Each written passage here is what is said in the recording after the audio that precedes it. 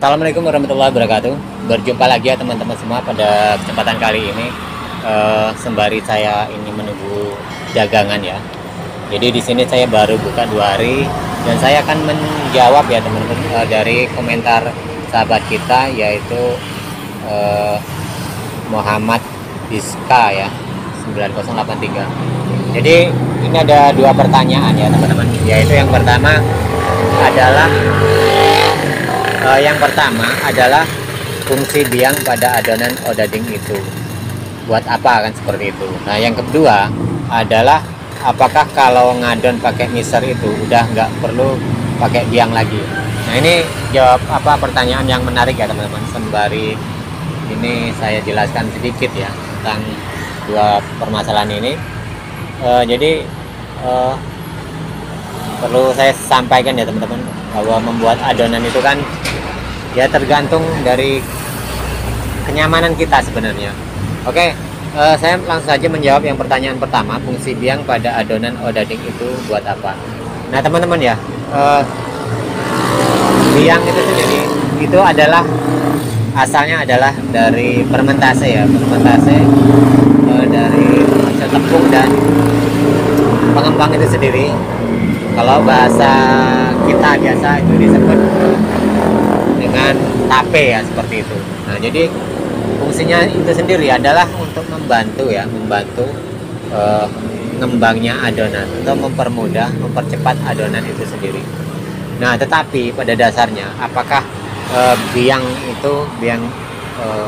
ini harus dan wajib ketika kita membuat adonan terutama roti goreng dan cabai. Nah jadi sesuai fungsinya tadi ya teman-teman, itu adalah agar untuk membantu cepatnya reaksi pengembangan seperti itu.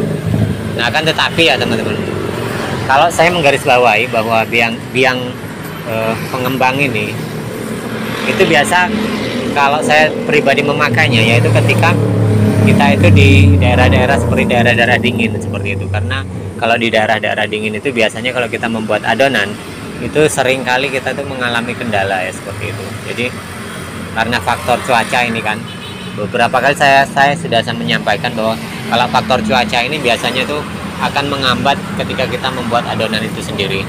Jadi memang kalau di daerah dingin tentunya ini akan membuat kita membuat adonan itu ekstra ya teman-teman. Artinya reaksi dari pengembang itu sangat berat karena oleh tekanan cuaca ya seperti itu. Dan yang paling mudah untuk kita mensiasati artinya agar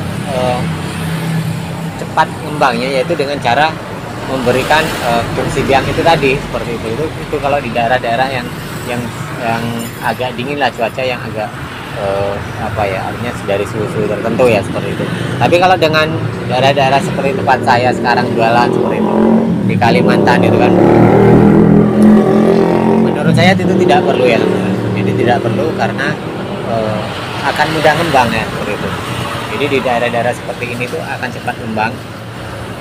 Kadang kita memberi ragi instan sedikit saja umpamanya, itu sudah sangat cepat sekali, apalagi nanti kalau dikasih biang pengembang ya teman-teman.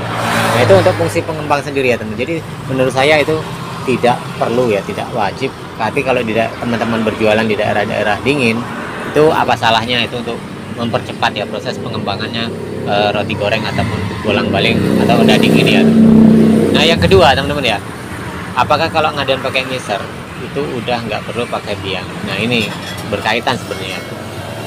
Jadi sepertinya teman-teman, kalau kita menggunakan manual, adonan menggunakan manual dan mixer itu tentunya akan ada sedikit perubahan ya, sedikit perbedaan.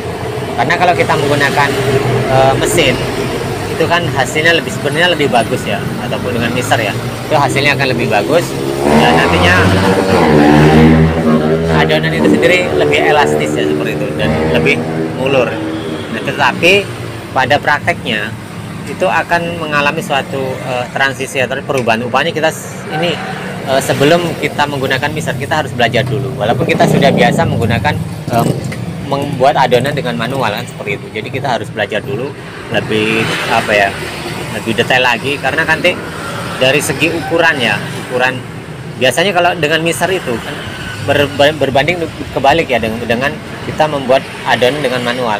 Kalau dengan manual oke, kita memberikan biang untuk mempercepat. Tapi kalau teman-teman dengan mixer itu kan, itu justru harus dia memperlambat reaksi kan, seperti itu. Jadi apa yang harus kita gunakan, yaitu kita memberikan air es seperti itu, agar karena dengan gesekan spiral itu, spiral pada mesinnya itu, pada mixer itu biasanya mempercepat sekali faktor pengembangan. Jadi kalau kita tekan dengan air es itu nanti akan lebih lambat seperti itu. Jadi itulah perbedaannya ya teman-teman. Jadi dari manual ke mixernya ini sendiri prakteknya agak sedikit berbeda itu. Tapi kalau resep-resep itu kan semua hampir sama, hanya karena nanti takaran-takaran seperti airnya itu mungkin nanti mencari formasi sendiri. Kemudian yang jelas di airnya itu kan berbeda. Kalau kita manual itu tadi bagus menggunakan biang ataupun penambahan air hangat. Tapi kalau dia menggunakan mixer atau mesin itu jangan sekali-kali teman-teman menggunakan air yang suhunya tinggi ya, seperti artinya harus menggunakan air yang lebih dingin karena untuk menekan percepatan pengembangan ini sendiri. Ya coba kalau teman-teman praktekkan ya ketika membuat adonan dengan mixer, itu kan putarannya ya namanya dengan mesin ya teman-teman, putarannya sangat dinamis ya, artinya seperti itu, sehingga reaksi dari pengembang itu sendiri atau lagi instan akan sangat cepat, sehingga kalau tidak ditekan dengan air dingin dia akan cepat ngembang. Kemudian kalau kita goreng itu sudah rusak kan, seperti itu, rusak lewat dari ngembangnya itu. Nah jadilah itu dua hal ya teman-teman yang perlu teman-teman ketahui tentang fungsi biang sendiri dan penggunaannya ketika itu biang itu kita campurkan pada di suatu tempat yang berbeda ya, ataupun kita menggunakan mixer ataupun menggunakan manual. Ya kalau saran saya sendiri, kalau teman-teman ingin menggunakan mixer ataupun dengan manual, itu lihat di cuaca ya, seperti itu, karena cuaca itu sendiri akan sangat berpengaruh pada adonan yang kita buat. Jadi kalau menurut saya, kalau teman-teman membuat atau jualan di daerah-daerah yang lebih panas, lebih cenderung panas seperti daerah saya sekarang ini yang saya berada di Lampung ya teman, itu kan lebih panas gitu kan, cuacanya lebih lembab. Kemudian di daerah Kalimantan saya rasa itu tidak perlu ya teman. Tapi kalau teman-teman umpama berjualannya di daerah-daerah sekitar mana ya, contohnya di daerah-daerah pegunungan ya, seperti kalau di Jawa itu biasanya di daerah-daerah seperti Magelang, seperti itu, di Wonosobo, ataupun mungkin di kota-kota Bandung seperti itu, yang artinya yang dingin ya, seperti itu, sehingga nantinya itu kan itu yang membutuhkan reaksi yang lebih cepat, pengembang yang lebih cepat. Jadi berbeda dengan kita yang di daerah-daerah panas. Jadi itu ya teman-teman, setidaknya teman-teman mengetahui bahwa dari fungsi biang sendiri, kegunaan sendiri, kemudian cara pengaplikasiannya seperti apa. Oke, terima kasih teman-teman dari pertanyaannya ini. Kita berjumpa lagi di tayangan dan video-video berikutnya.